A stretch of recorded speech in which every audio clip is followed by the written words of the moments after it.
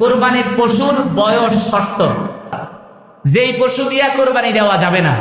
কোন কোন পশু দিয়ে কোরবানি দিতে পারবেন না? তবে শরীকের চাইতে একা কোরবানি দেওয়া উত্তম। কোরবানির বিধান ওয়াজিব, সামর্থ্যবান ব্যক্তির উপরে কোরবানি ওয়াজিব। যার উপরে যাকাত ফরজ তার উপরে কোরবানি ওয়াজিব। আর হানাফি মাযহাব মোতাবেক কোরবানির দিন হচ্ছে তিনটা, জিলহজ মাসের 10, 11, 12। কয়দিন কোরবানি করা যায়? কয়দিন? 3 দিন। খেয়াল করেন, জিলহজ মাসের 10, 11, 12 এই 3 দিন। হানাফি মাযহাব মোতাবেক এই 3 দিনের, জিলহজ মাসের এই 3 দিনের ভিতরে কোন মানুষের কাছে যদি তার পারিবারিক সব খরচ মেটানোর পরে, মনোযোগ দিয়ে শুনেন, কোন মানুষের কাছে যদি তার পারিবারিক সব খরচ মেটানোর পরে একটা বকরি কেনার মতো টাকা থাকে, তার উপরে কোরবানি ওয়াজিব। কথা বুঝছেন? কারণ এই 3 দিনের ভিতরে কোন মানুষের কাছে তার পারিবারিক যেই বাধ্যতামূলক যে খরচগুলি, এইগুলা বাদ দিয়া যদি একটা বকরি কেনার মতো টাকা থাকে উদ্বৃত্ত, তার উপরে কোরবানি দেওয়া ওয়াজিব। যদি আপনি কোরবানি না দেন তাহলে আপনি ওয়াজিব তরক করলেন। রাসূল বলছেন, কোরবানি দেওয়ার সামর্থ্য থাকা সত্ত্বেও যেই ব্যক্তি কোরবানি দেয় না, সেই যেন আমার মুসল্লার কাছে দিয়েও না আসে। শক্ত কথা রাসূল বলছেন। তাহলে কোরবানি দেওয়া ওয়াজিব। কোরবানি দিতে পারবেন 6 রকম পশু দিয়া।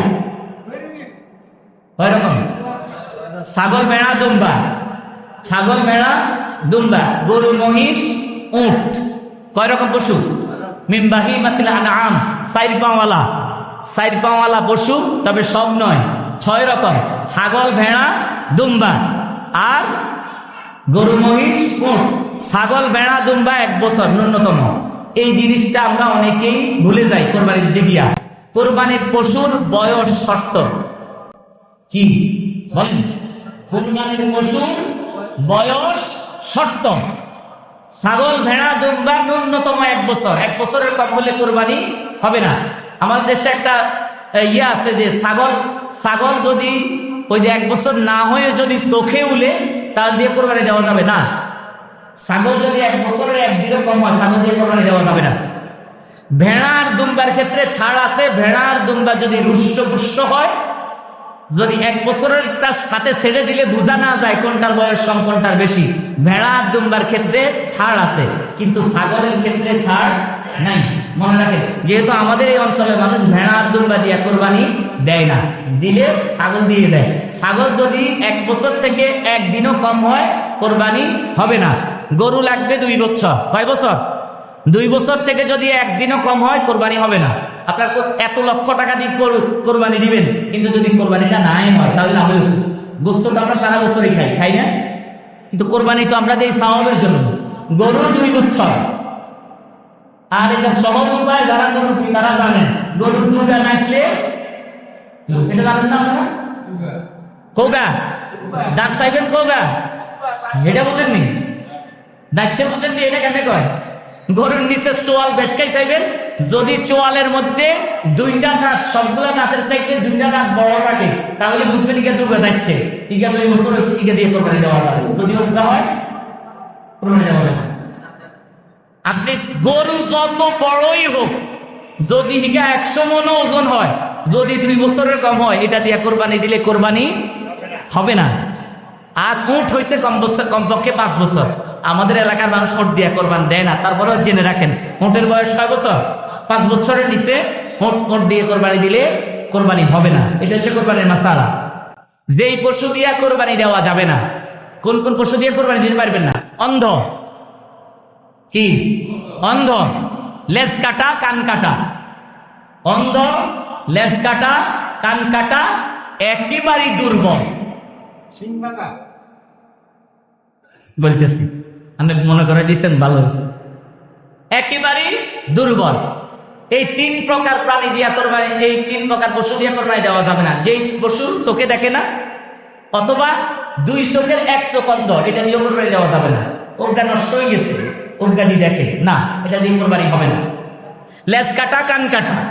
কানের যদি বেশিরভাগ অংশ থাকে, লেজের যদি বেশিরভাগ অংশ থাকে, তাহলে এটা দিয়ে কোরবানি দেওয়া যাবে, তবে না দেওয়াটাই তো। আর বলছে কি দুর্বল, এত দুর্বল যে এই পশুটা হাঁটি জবাইয়ের জায়গা পর্যন্ত যাইতে পারে না, এই পশু দিয়া কোরবানি দেওয়া জায়েজ নাই। আমরা অনেকেই এই চালাকিটা করি, যারা আমরা গরুর ব্যবসা করি অথবা গরু জিগা পালি, একবারই বেচা টেচা শেষ হয়ে জিগার রু আইয়া যায়, জিগা নিজের লাইরা না। কেন ভাই? আপনি না আল্লাহ কোরবানি দিতেছেন, তা আল্লাহ কোরবানি দিলে আল্লাহ ওই যে এই জ্ঞান জিগা আইতেও হবে না, এটা যাবে না।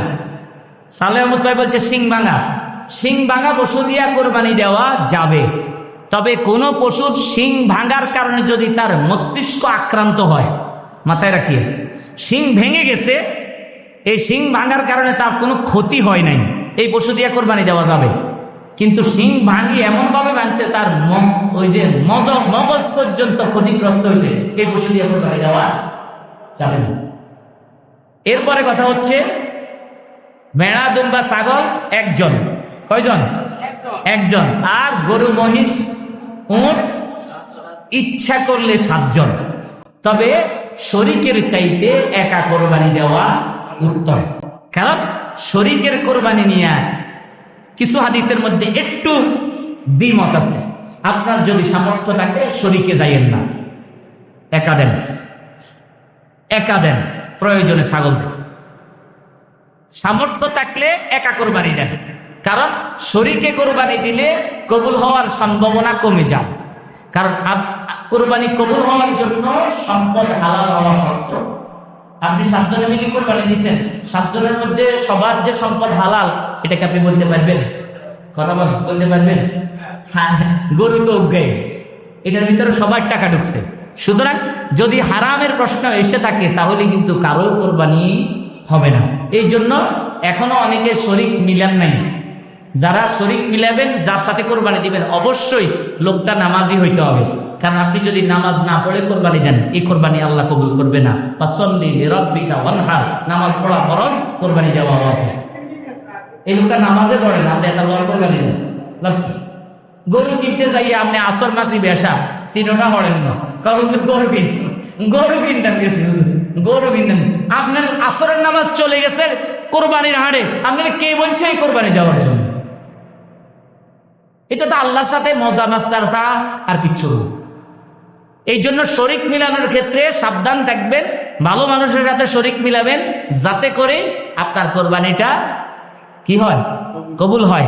হালাল টাকা দিয়া কোরবানি দিবেন, অবশ্যই আল্লাহ যেন ওই কোরবানিটা কবুল করে। নিয়ত থাকবে আল্লাহর রেজামন্দি হাসিলের জন্য। আর আমরা যেটা বলি আমার নামে কোরবানি, কোরবানি কোনো মানুষের নামে হয় না, কোরবানি হয় কার নামে?